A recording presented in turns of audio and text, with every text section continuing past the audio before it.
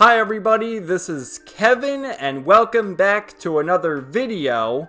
And today I would like to finally share my thoughts on The Legend of Heroes Trails Through Daybreak, which I know it took me a couple years to finally get to this game, though I did make my initial thoughts video a few months ago, but to actually play and complete the game like I have now, because I finished Trails into Reverie back in 2023, and here we are in 2026. But my excuse is, I played, 10 Trails games in the span of a calendar year, April 2022 to April 2023. Trails in the Sky first chapter all the way through Reverie. And after finishing Reverie, what a great stopping point that was. Trails Through Daybreak hadn't received its full English release yet. I'm pretty sure they had the Steam Clouded Leopard version and the various fan translations, but the NIS America worldwide release never came out at that point. At the time of me finishing Reverie anyway. And, I wanted to get some more backlog games, and as more time passed, it's like, oh, Daybreak 2 is releasing. So I thought to myself, okay, I'll play Daybreak 1 and 2 back to back.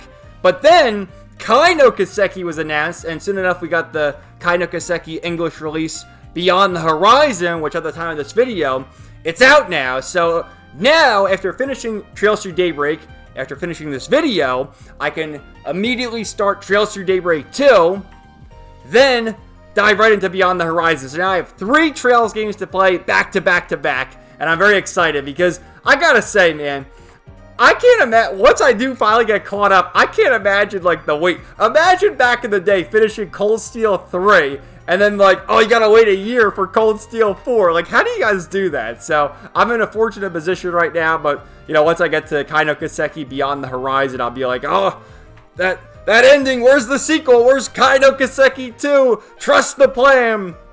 But here we are with Trails Through Daybreak, and a very good game. It's kind of interesting to see people's discussion of it online, because there's quite a number of people who hail it as one of the best Trails games, top 3, top 5. While there's quite a few people who also say it's one of the worst, I would say it's in the middle. I'm still not a fan of the combat. I sort of had different points of view with the combat, where in the beginning I didn't like it at all because I loved the combat of Reverie, but then I got more used to it, and then at the end here I'm like, man, I want the Reverie combat back. I like the turn-based battles of Daybreak, but the whole action combat, switching to the command turn-based, I don't know, man, it doesn't jive well with me, but maybe it'll improve in Daybreak 2 and Beyond the Horizon. So I should mention the start of the video here will be as spoiler-free as possible. You have to understand this is the 11th or 12th game in the series now, and 13, 14 games and counting. So, while the shill reviewers will say, start with Daybreak, you could start with Cold Steel 4, you could start with Reverie, you could start with whatever game you want. But as someone who has played them all in release order, I strongly recommend playing them all in release order, because the whole point of the series, in my view, after playing them all, is just the continuing narrative, the returning characters, the various references, name drops, the lore. You don't get the same impact if Daybreak 1 is your first Trails game. You just don't. There's so many returning characters, phrases, plot points. I don't know, man. It's a different experience. A great experience for me, but for a noob to the series, I don't think you're going to get the same experience. So I'll always recommend starting in release order. So that's why I say, as spoiler-free as possible in the beginning, because I'm going to have to talk about certain things. And then the spoiler section will go into greater detail, as well as my predictions for Daybreak 2, because I haven't started Daybreak 2 yet. I'm curious to finally start that, because that's another game where you hear people say it's the worst Trails game. And, while I'd say this is in the middle of the Trails games for me, quite good. I haven't played a single bad Trails game. So, where does Daybreak 2 is such a bad game? Where does that come from? I'm gonna find out for myself. So, Trails Through Daybreak takes place in the year 1208. Now, Reverie took place in 1207, so I'm not exactly sure if it's a full year later or if it's just been 6 months. But anyway, sometime after Reverie. We'll say 6 months to a year later in the year 1208.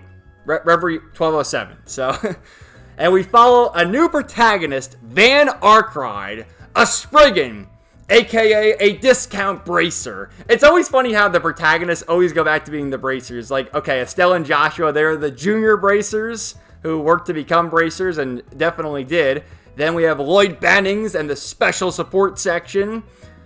Then we have Reen Schwarzer in Class 7 as a student, going on the field exercises, and then becoming Instructor Reen and taking his students on field exercises. And then we have Van Arkwright, the supposedly edgy Spriggan, who is basically a discount racer as well. But, you know, Trails has its structure with the way it does quests, and it does them well. You're always going to start off by rescuing, or finding the cat, rather, for the kid. Oh, I lost my kitten. Help me find it, Bracer. You're always going to have that quest. You're going to have the quest where you got to slay the monster in the sewers, etc., etc. It's a great formula that works, so don't fix it, but I guess you can tweak it to a certain extent.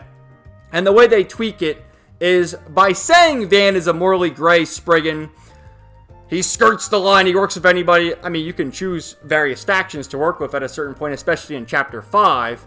And they do have the alignment system. But at the end of the day, Van is still a good guy. And I like the concept of the alignment system. But I just question, like, how do you continue the story if, say, you went the evil route, quote-unquote evil? Well, and Daybreak 2 continues, and it's still good. Like, does it take it into account? I guess I need to play Daybreak 2 to figure it out. But the various alignment systems, I guess it's just like Shin Megami Tensei and other games that have it. You have lawful, good, gray, neutral, and then chaos, evil. Now, it's probably intended for you to go all the way with your choices, and as the game progresses, it prompts you different quests, different choices, and based on what you make, you'll get advancements in the various alignments. And I think the max alignment for each lawful, gray, chaos is 5. I ended up having lawful at 4, gray at 3, and chaos at 3. So I went as even as possible because someone told me, you got to make sure you're evenly matched. You have to get them all to 3 for Chapter 5. So you can see all the different paths, which I only went through one of them. I'll get to that in the spoiler section because it's just too much. You got to go through the whole chapter again, and I'm anxious to move on to Daybreak 2. So maybe it'd be better to just pick one and just stick with it. But if you want to see everything, maybe try to even it out. And that's another thing too, like similar to especially the Cold Steel games, you have the bonding events. And I always didn't like that, how, let's say there's 5 characters to interact with during the in-between chapter segments, but they only give you 3 bond points. So you can only interact with 3 of the 5 characters. The same thing continues in Daybreak, which I made sure I had extra saves. But I guess that's Falcom's way of getting you to play the game a second time on New Game Plus. And in this case, really, you probably should play through it 4 times to get the different outcomes in Chapter 5. But I don't have time for that right now. So, what I did like about Van is that he is an older protagonist. I think he's either 23 or 24. And with our other protagonists, as I mentioned before, we had Estelle and Joshua, the junior bracers, who I believe started out as 16-year-olds, 16 or 17.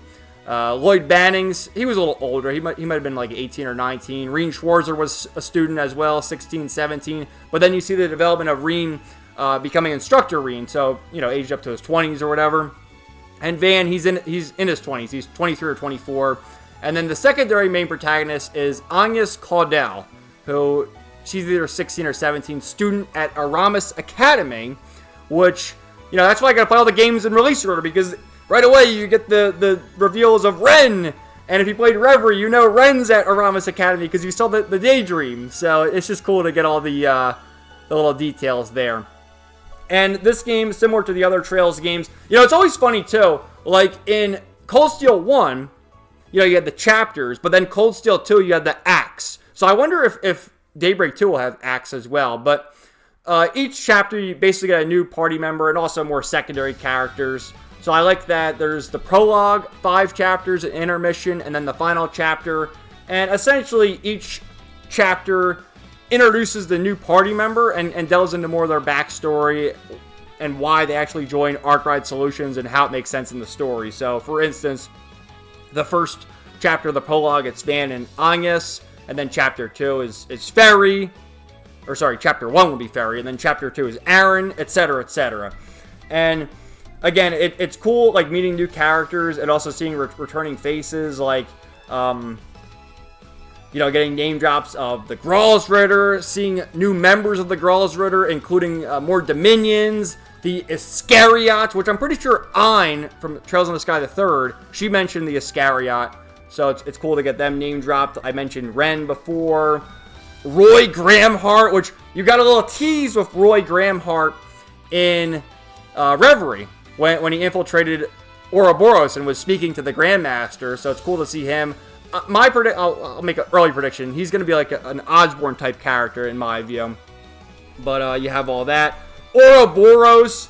You know, it's so many games later. We still haven't met all the members of Ouroboros, but we see a returning member of Ouroboros. We see one that was name dropped, and a new one as well. So it's cool to see that. The side characters, man.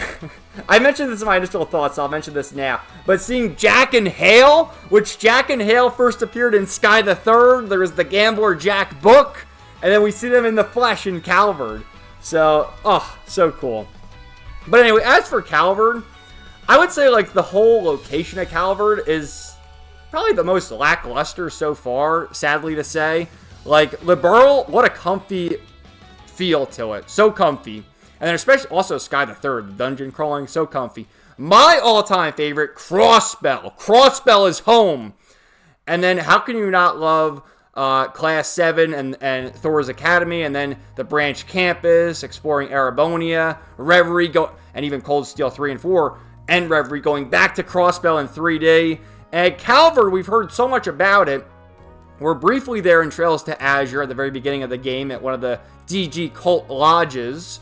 And then I guess you sort of witnessed a bit of it in Cold Steel 4, the various battles, right? Only in cutscenes, though.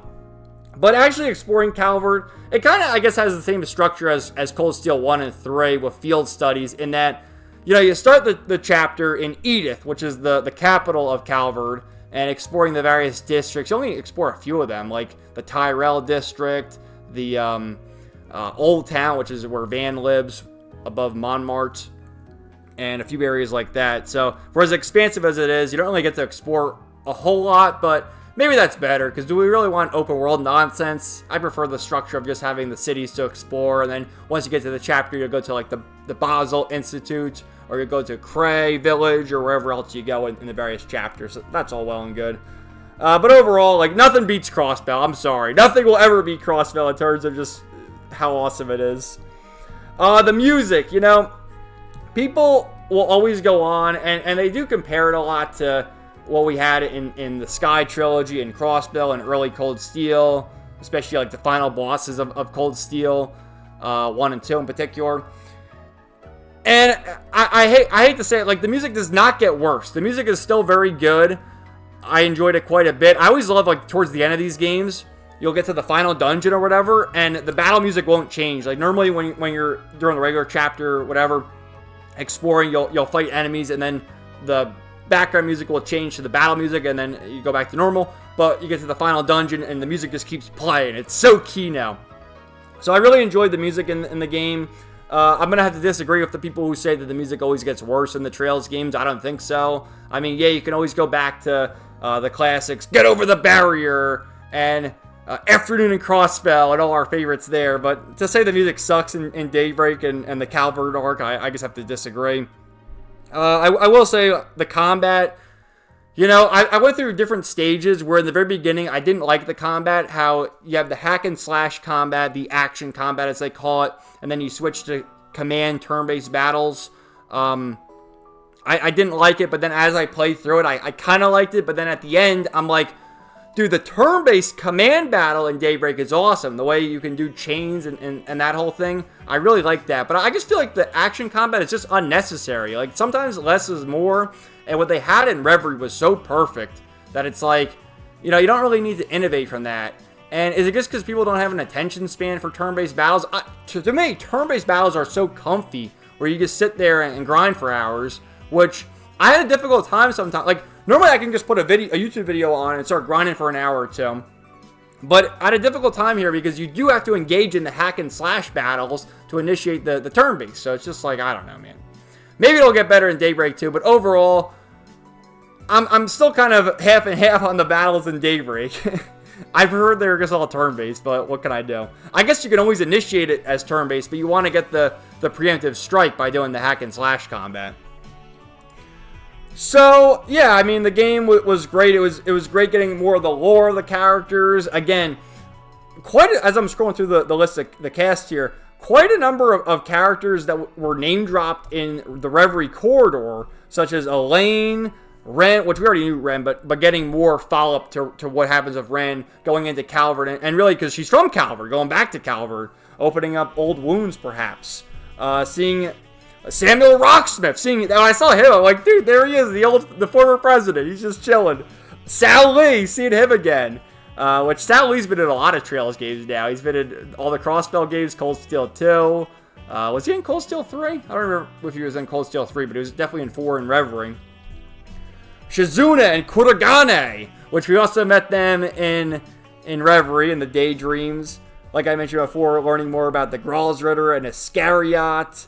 The new side characters, I loved the Monmart crew, which is the owner Victor, and his daughter Paulette, and then her daughter Yume.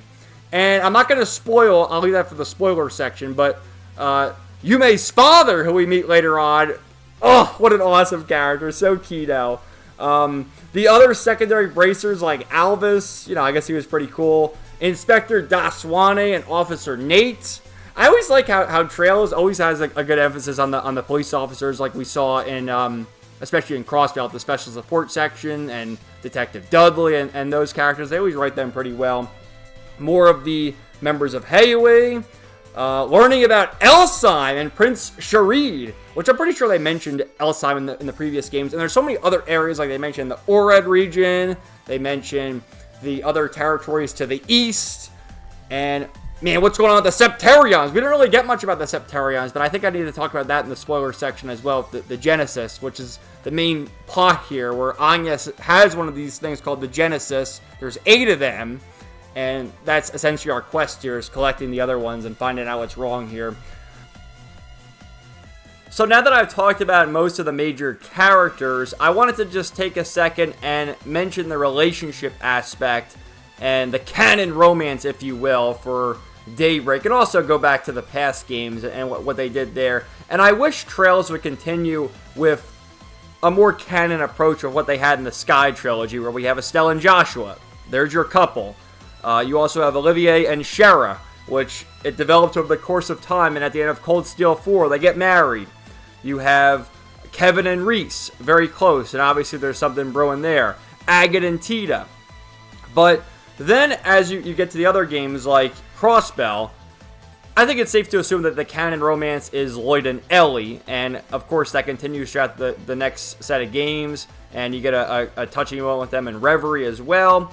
But you can, choose your own romance for Lloyd, so to speak, with who you go to the auction with.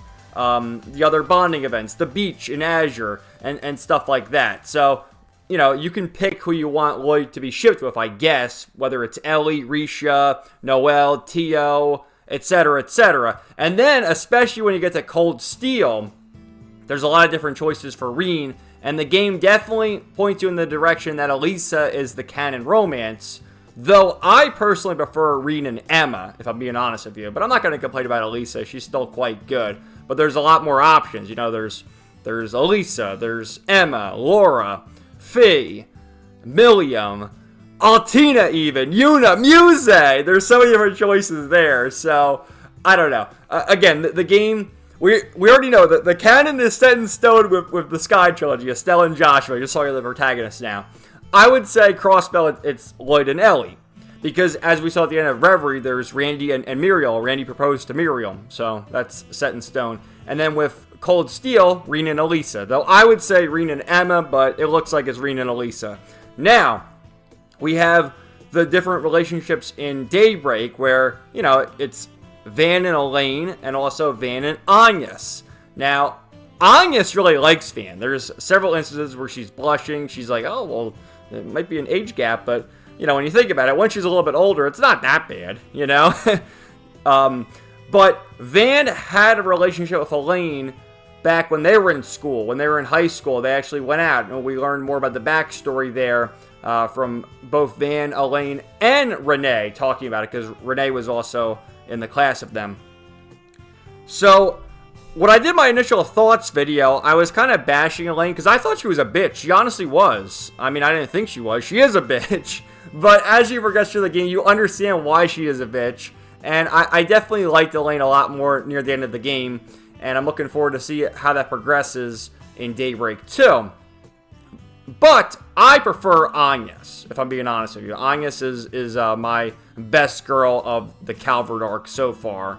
And it'll be interesting to see how that develops. And if you can sort of do the same thing as you could do in the Crossbell games and the Cold Steel games, where you can basically ship Van with who you want. And maybe even Reset or Judith or whoever else. But for me, it's Agnes. So I just wanted to mention that. And, you know, there were just several instances in the game where you saw that Agnes had feelings for Van. Van is having a difficult time to approach Elaine because of what happened in the past. And like I said, Elaine is a bitch. But as the plot unfolds, you understand why she's a bitch to Van. And you do sympathize with her. And I'm looking forward to seeing how the story continues. Because once the game ended, it's like, okay, Van and Elaine are cool now. So that's good. The villains, Armada, which again, that's the parallels to Trails from Zero. It's a mafia organization, but they also have connections to the DG cult. And that's why, like, if you start with Daybreak, they do explain the DG cult, but you don't have as much detail as someone who's played the other games, like Sky the Third, like Zero, like Azure. You just don't. So, you know. But, yeah, so, like, I'll just go through some of the other cast members. Like I mentioned before, Van and Agnes. We have Barry Al-Fayed, who, it's funny how Trails has done this a lot with young Jaeger characters, like with Vi, Shirley, I guess to an extent, Sarah. Like, we know Instructor Sarah, but we got her backstory being a member of the Northern Jaegers. Now we have Ferry, who is a member of the Warriors of Kruger. And you know, what happens in her chapter, she ends up going with us. And she also is connected to a woman named Ida, which I don't remember if they actually mentioned Ida by name in the previous Trails games. But when we learned about Fi's backstory of Zephyr, there was a woman who was with Zephyr, along with Rutger, Zeno and Leo, Garcia. There was a woman, that was Ida. So we get the lore of Ida, and now she's with the Eisenshield Jaegers. There's also name drops of the Northern Jaegers. One of the villains is actually associated with the Northern Jaegers. So that's interesting. Aaron Way, he's affiliated with Heiwei to a certain extent. They want him to work for Heiwei, but he's still young. And I love his dynamic with Van, because Aaron, he's like your typical JRPG protagonist age, like 17, 18. And like I said, Van is 23, 24. So Aaron's like, oh, you old fart. Come on, old man. You get some funny banter with them. Reset Twinings, who is a concierge of the Marduk Company. And the Marduk Company is not really like a Jaeger Corps, but they're the security. They work for the president. And they have this other guy named Qasim Al-Fayed, which is Ferry's older brother. He kind of reminded me of Rutger, but less cool. Just the weapon he had, anyway. So she's part of that. Catcher Salicion, who is part of the Basel Institute of Science. And his adoptive grandmother is LaToya Hamilton, which she's one of the disciples of Epstein, which, you know, we've met them all now. She was just name dropped before, but the other ones, of course, Albert Russell, who's Tita's grandfather, and then Professor Schmidt from Erebonium. So we actually meet LaToya Hamilton in this game. Judith Lanster.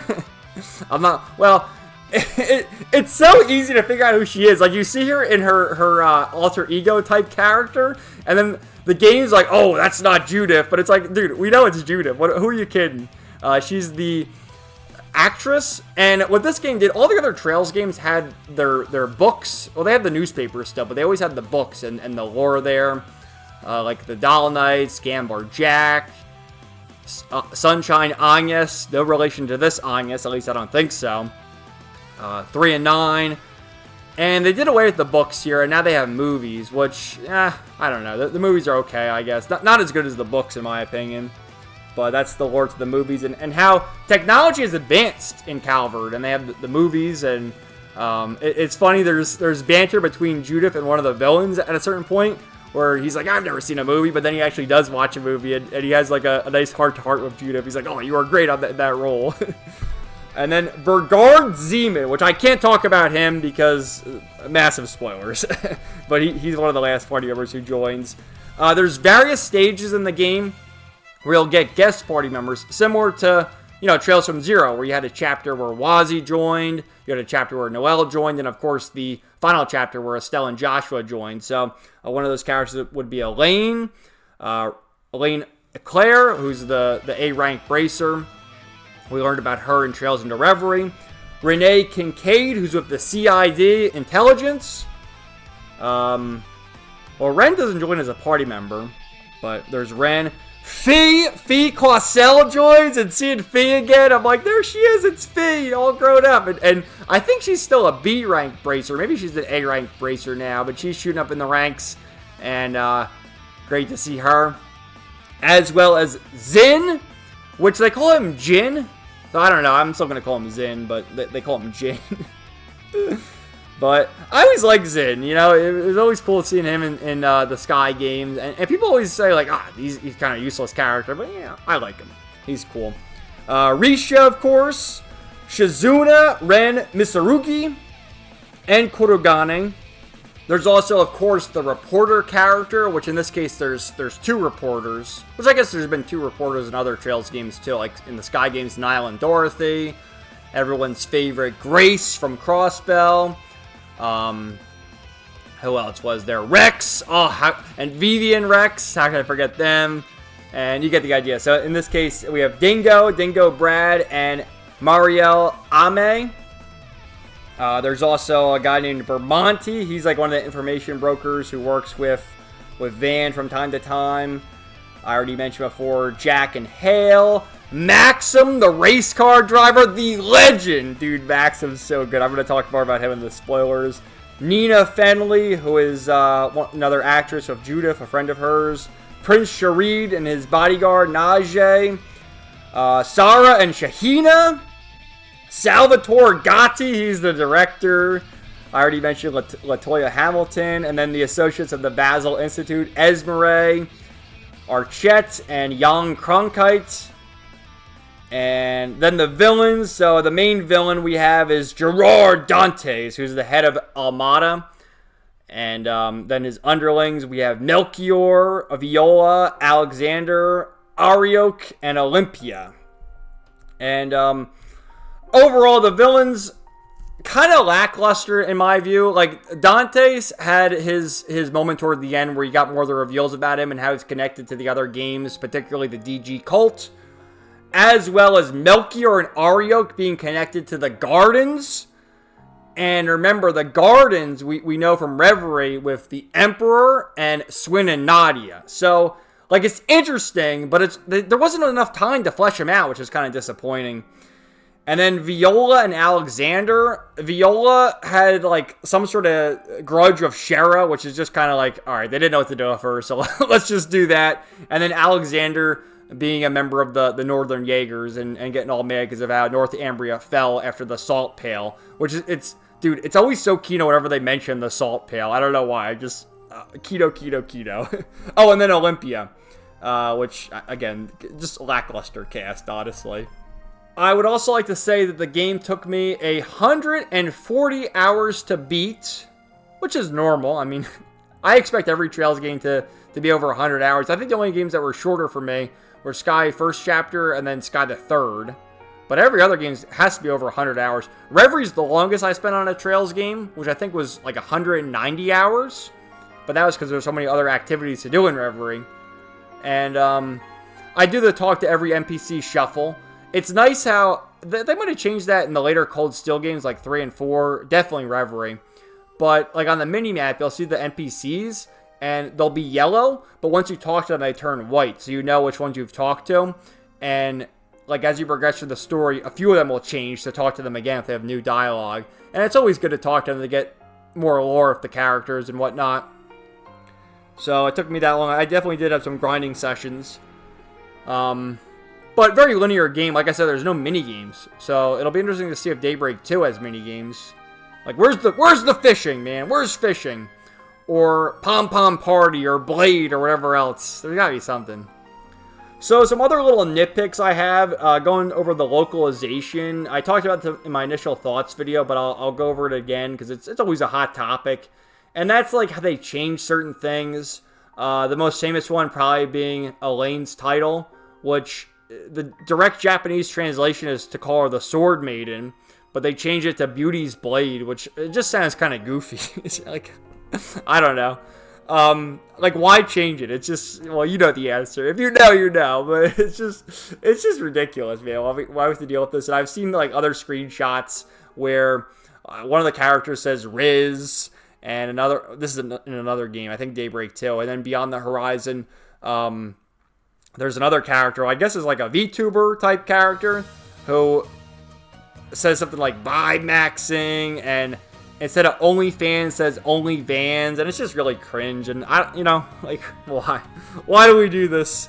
But there was an instance with Judith in particular where she has her Phantom Thief Grimcat outfit, and they call her a kinkster, which I've never even heard that word used. I think the correct word, if I were to use the word, you call her like a floozy or a whore even. Have you seen Judith's outfit? My God, her tits are on full display. So if you don't want to use like a word like a whore, call her like a floozy. That's a more a word I would use anyway. But they call her a kinkster, which just doesn't sound right because it's a word I've never even heard of. So there's various examples of that. And, we're never going to solve this problem because the people who are doing the localizations have their agendas and they're going to continue doing it. So what can you do? But I have to talk about it, don't I? So I'm going to get to my spoiler thoughts now. If you guys, want to hear my spoilers, just keep watching. If not, then now's the time to cut away. But overall, I really enjoyed the game.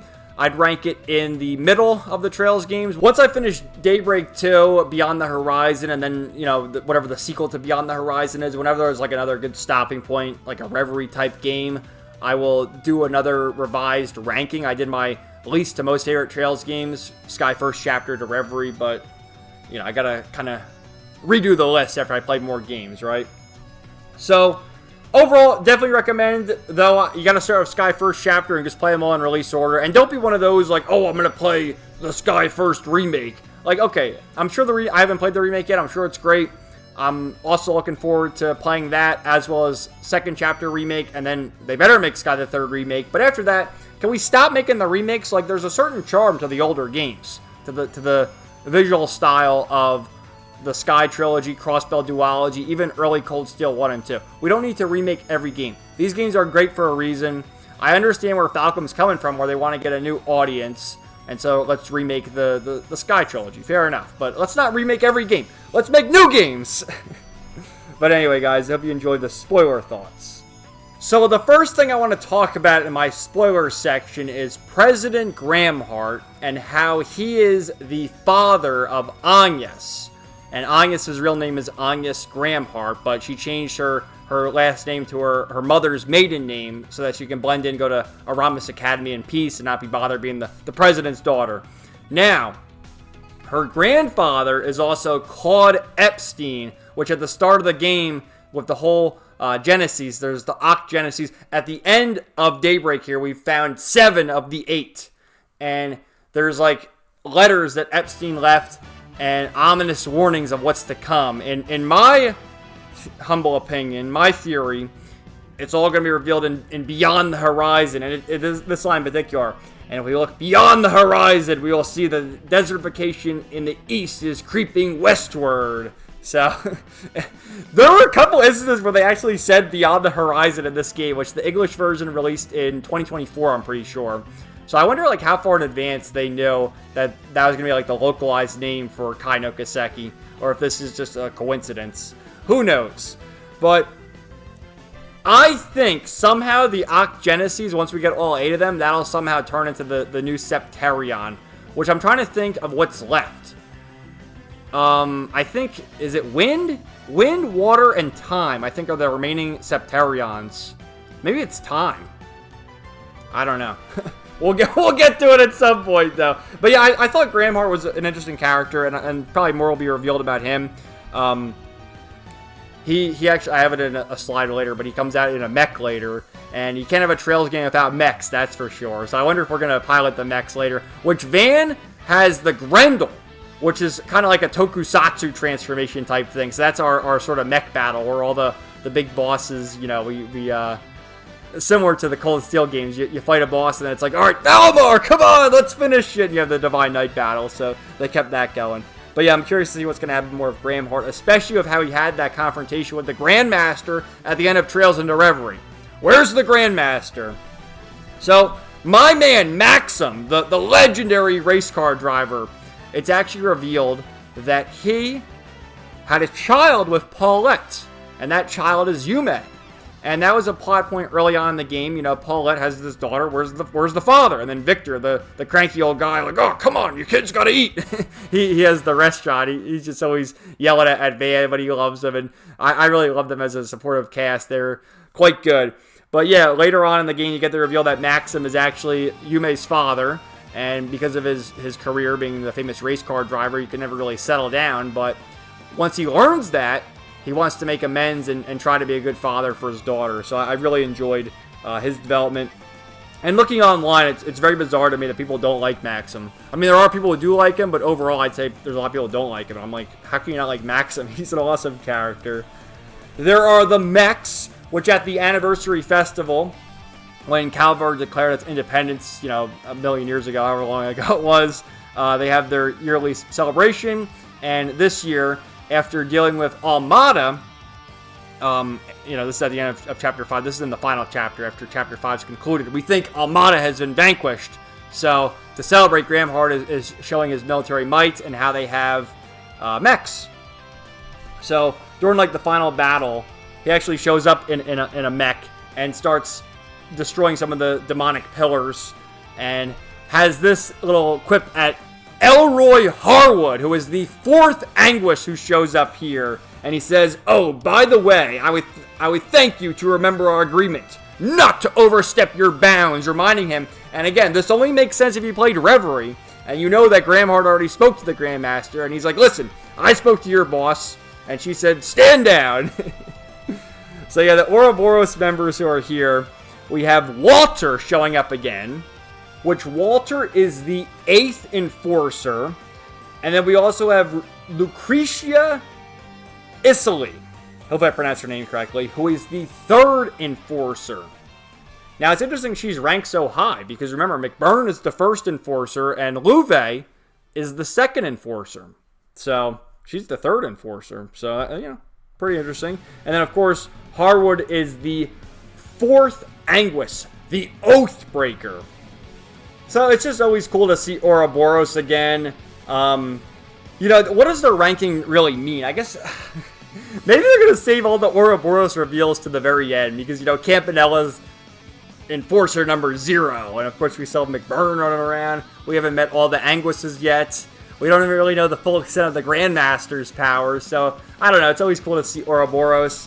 Again, getting more details of the church. We meet some more Dominions, which these Dominions are number 4, Celis Ortesia, and number 11, Leon Balthazar.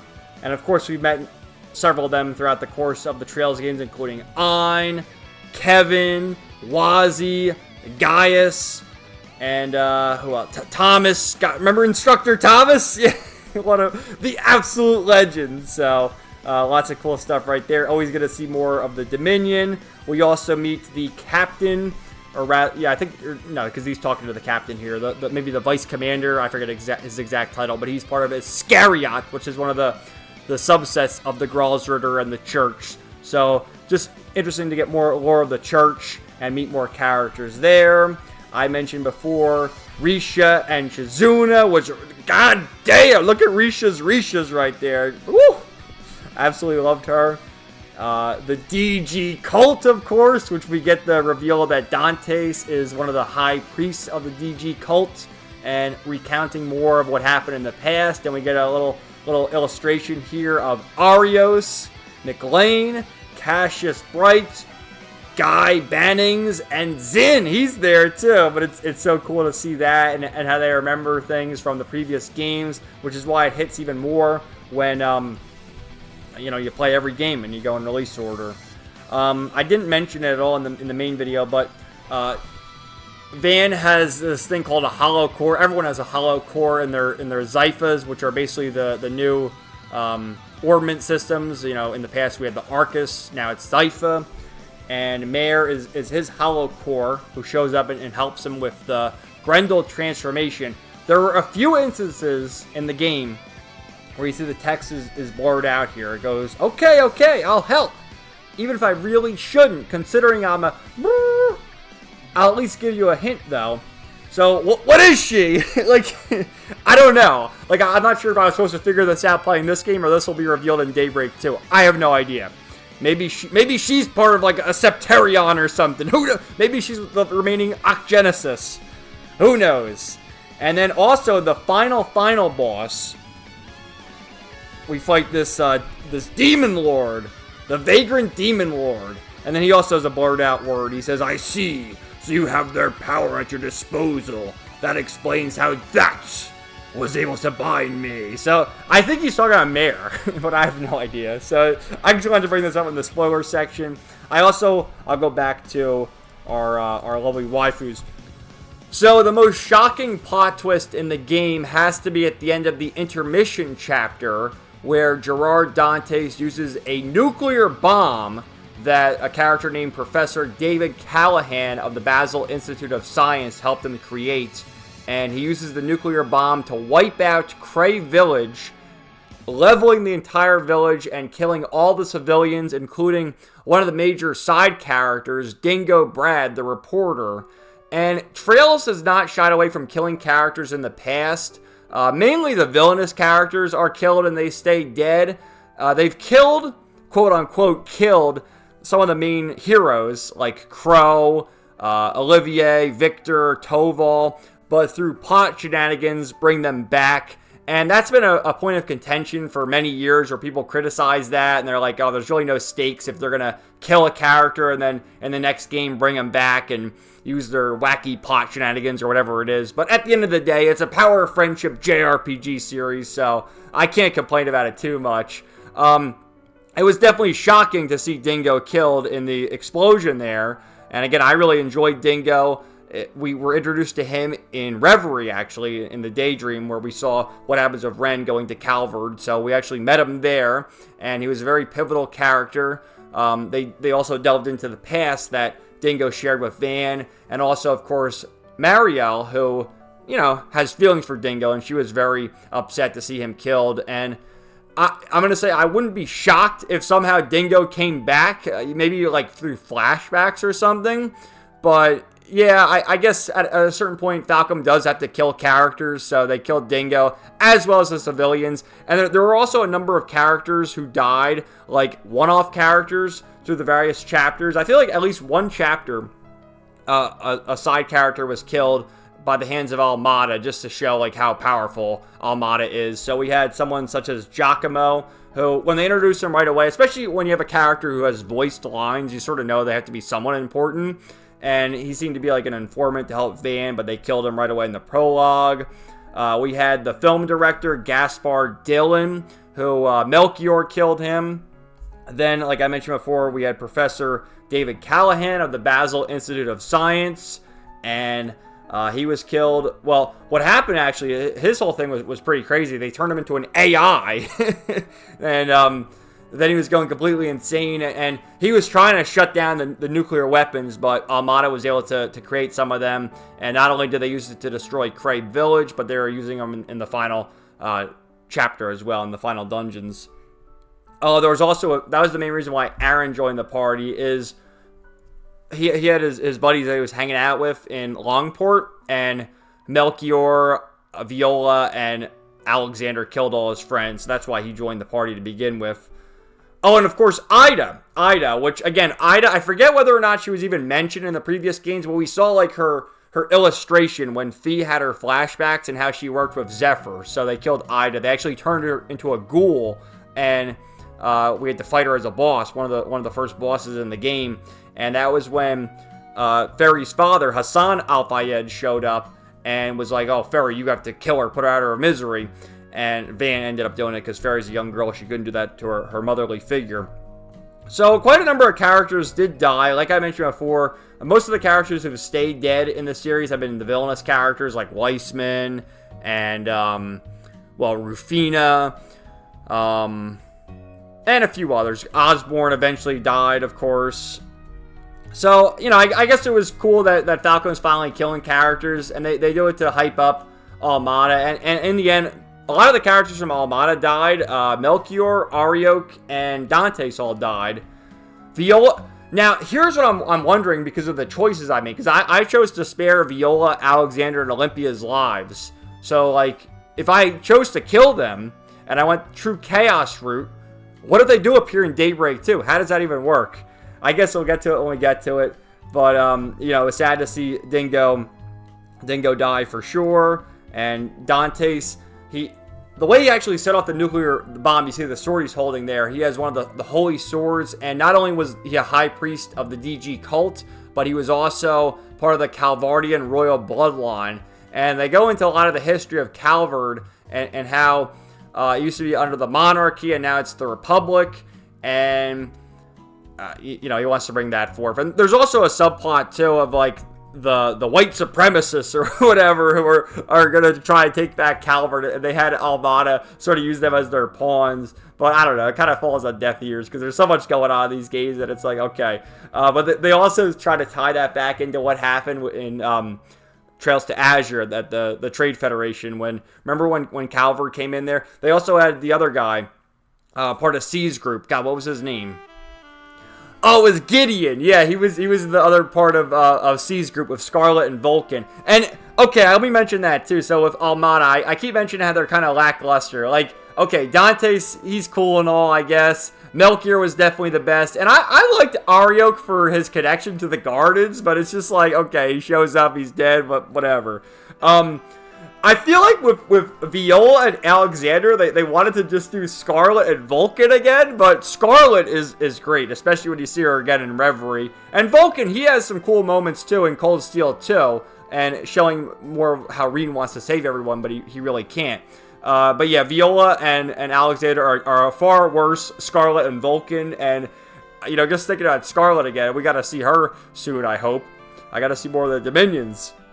But in Chapter 5, based on your alignment system, you should have it all at 3 if you want to see everything, and I actually made a save file so I could do it, and I was actually intending to go through Chapter 5 again, but it's just thinking about it, it's kind of exhausting to do like 10 more hours of a chapter 3 different times to see the different endings, when I'm just like, no, I want to start Daybreak 2. When I do New Game Plus playthrough, however many years later, I can see the different paths, but based on your alignment system, you can choose to side with the Bracers. So you would side with Elaine, Zin, and Fei. You can side with Heiyue. So you get Risha and Sao Lee. You can side with Ikaruga, which is Shizuna and Kurogane. And then you can side with Ouroboros, which is the Oathbreaker, Walter, and Lucretia. Now, I tried the Bracer one just for like an hour, and then I'm like, I can't do this whole chapter. You control Fei. Actually, you control Elaine and Fei, and then Zin is just there. He acts on his own. I think, because they're also in the final chapter, there's instances where they all join up and all these characters help you again. So you control Risha as well, and then Sao Lee acts on his own. I chose Ikaruga on my playthrough, so you control Shizuna, and then Kurogane helps you. And so I would assume with Ouroboros, Walter's probably in your party, and then like Lucretia and the Oathbreaker probably do their own actions. But yeah, in the final chapter, your team gets split up again, and as you go through the different districts in Edith, you'll run into Risha, and she'll join you, and then Sally's helping out. Then you'll have Shizuna, Kurogane, then Renee will join, and then you get the whole team back together. So it's cool. Like, I like how your main cast of characters, right? With Van, Agnes, Ferry, Aaron, Reset, Catcher, Judith, and Bergard. But as you go through different instances, you get a guest character. Like Elaine will join as a guest for a segment. Renee will join as a guest for a segment. Risha joins as a guest. Fei and Zin join as a guest. Shizuna and Kurogane join as a guest. And then Walter and Lucretia join as a guest. So I thought that was cool. And that's sort of like going back to Van being the morally gray character, and that he's willing to work with everybody. Now, it makes sense to work with the Bracers as a good guy, because the Bracers are good guys. It also, to a certain extent, makes sense to work with Sally and Risha, because Risha's a good girl, working with the Special Support Section and Lloyd, And Heiwei has more of a grasp on what's going on in Calvard. Like, that's their territory. And they had their run-in with Almada, because Almada's like a bad mafia, but while Heiwei are kind of like a mafia enforcer type group themselves, they sort of like keep the peace, you know? And Elder Giet, when he shows up, and he has the guys who are all invisible, and then they just stand around acting all badass. It's like, maybe Elder Giet will join the party at some point. That'd be pretty cool. So there's that. And then Shizuna and Kurogane, they're part of the Ikaruga Jaeger Corps. So again, as you've seen in the past, we've had Zephyr, they helped us in the past, and there's good guy Jaegers, of course. And then signing with Ouroboros, Walter had a run-in in the past with Van, where he destroyed his truck. Van has a truck, which is how he gets from place to place, and Walter picked up his truck and like threw it at one of the soldats during the war or whatever, and destroyed it. So Van is pissed at Walter, and then Walter a few times had a back and forth with Zin, and also Kilika is in this game, and other characters like Kayla, she's in the game too. Kayla and Cody, which Cody, he was from Cold Steel 4, so he's there. And then Samuel Rocksmith, the former president, is just chilling in Long Lai, just chilling in his his cabin, hanging out with Cody as a security. So that was cool. And then I already mentioned Ashalad before. Gilliam Thorndike, he's the head of Marduk, is basically the security that operates under the president. Qasim Al-Fayed is the top guy in Marduk, and also Ferry's older brother. And that's really it. So predictions as to what's going to happen in Daybreak 2. Well, I think it's only going to be, there'll be a time skip, but not much. Probably 6 month time skip is my prediction. And the main plot will be finding the final Ocgenesis, which I'm sure will lead to the Septarion. My prediction is the Septarion of Time, because, well, we already got Earth and Fire. We already got Space and Mirage. So all that's left is Wind, Water, and Time. And the water and wind is definitely going to play a factor in the next arc, because they're talking about the desertification in the east. So that'll probably be next. So it's got to be time. So I think the Ocgenesis will all form to create that or whatever. That makes sense to me. I also think we're going to get more lore. Oh, I didn't even mention Burgard. So one more character I forgot to mention in the spoiler section is Burgard, the final party member. And when I was playing through the game, I'm like, dude, this guy kind of looks familiar. Like, who is this guy? And it's revealed that he's actually Gunther Barkhorn, who was Gaius's master and formerly the 8th Dominion, the Roaring Lion. And basically, he faked his own death so that he could go do other missions and carry on. and also pass his power on to Gaius. Because he's older, too. Like, the dude, like you see him, he's got an eye patch, he's a gruff-looking man, he's got gray hair. I think he's, like, in his 60s or 70s. He's the old man of the party. Which, I don't think we've really... Like, we've had older characters like Victor and Aurelia. But have we really had, like, a 60 or 70-year-old guy in the party? I don't think so. So, Burgard is him. And it's also cool how it delves into the past, how he taught Van with Gekka martial arts, and also was a mentor to Celis and Leon, as well as Ashlad, and many of the other characters. So I enjoy that, and it's cool to see him again. He's got his motorcycle, complete badass. It's so funny, too, because Van has the pickup truck, and then once we help Prince Sharid in one of the chapters, Sharid, as part of his payment, gives Van like a cap for the pickup truck. You know, the pickup trucks have a bed, gets a cap to cover it and put more seats back there, and the truck is pretty full. So once Burgard joins, like, where's this guy gonna sit? No, he has his motorcycle. So it's funny, he's riding his motorcycle there. But yeah, it was cool to see that, and I'm always curious to learn more about the church. It was funny, too, because when we were making our assault on the final dungeon, there were a bunch of barriers. They should have called Lloyd Bannings. What were they thinking? But to get through the barriers, we had Celis and Leon use their stigmas, and to break a hole in the barrier, they mentioned how the 5th Dominion used that technique, but he had to use his Merkaba. And it just made me think of Trails to Azure when Kevin used his stigma in the Merkaba's cannon to take out one of the ions in Trails to Azure. And it's like, dude, it's so keto. It's so good. So I guess I'll sort of get the name drop there. And also there's a picture during one of the flashbacks showing all the Dominions so far. And it's kind of funny because they show like the new art of the newer characters. I think they've changed artists for some of the character designs.